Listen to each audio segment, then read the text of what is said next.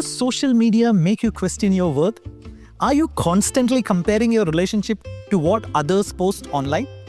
Welcome back to Sacred Love.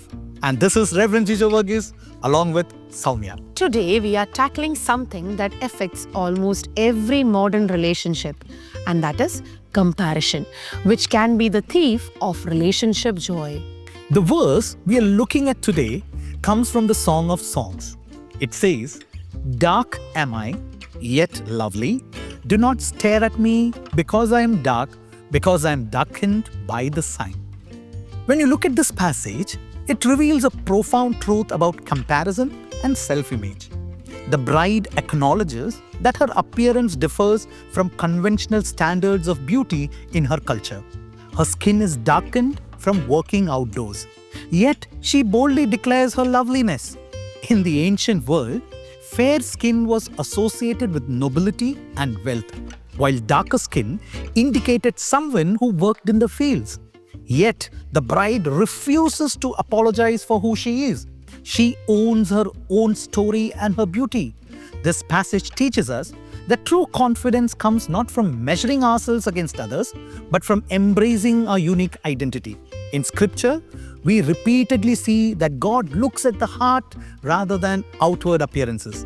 The bride in this passage exemplifies this truth by refusing to be defined by cultural standards. Here's how we can apply this wisdom to our relationships today.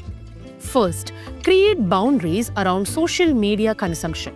If scrolling through perfectly filtered photos triggers insecurity in your relationship, consider taking a break or limiting your time online. You might designate certain days as social media free or remove social apps from your phone for periods of time. Instead, create an appreciation practice where you list 3 unique things about your relationship that you value. These might be inside jokes, shared experiences, or qualities that would not necessarily photograph well, but make your relationship special. When you look into the verse, the bride's declaration, "Dark am I, yet lovely," also teaches us about countering negative truths with the truth. This aligns with Paul's teaching in Philippians chapter 4 verse 8 to dwell on what is true, noble, right, pure, lovely, and admirable. To put this into practice, try this exercise with your partner. Each time you catch yourself making a negative comparison, immediately counter it with a specific truth about your relationship. For example, if you think other couples travel more than we do, counter it with, "Our relationship is rich in daily moments of connection." Create a list of affirmations specific to your relationship that you can return to when comparison strikes. Post these somewhere private where you'll see them regularly. Another powerful aspect of this passage is how the bride addresses those around her, asking them not to stare at her darkness.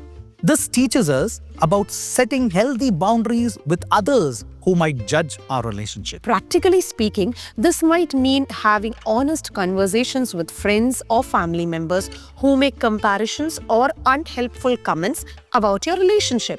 Prepare some gentle but firm responses like, "We are focusing on what works for us rather than comparing ourselves to others." You might also need to distance yourselves from couples who constantly create competition or make you feel inadequate. Instead, seek relationships with couples who celebrate your unique journey and encourage your growth. Are you ready for a challenge this week? Well, the challenge this week is to share with your partner one insecurity you face about your relationship, and together identify 3 unique strengths of your connection that you wouldn't trade for anything. For daily reminders about embracing your unique love story, follow us on Instagram, Facebook, or YouTube. Remember, my dear friends, comparison diminishes the beauty of what you have. Your love story doesn't need to look like anyone else's to be valuable, meaningful, and worth celebrating. This is Reverend Jijo Varghese and Saumya. See you next Thursday again on Sacred Love.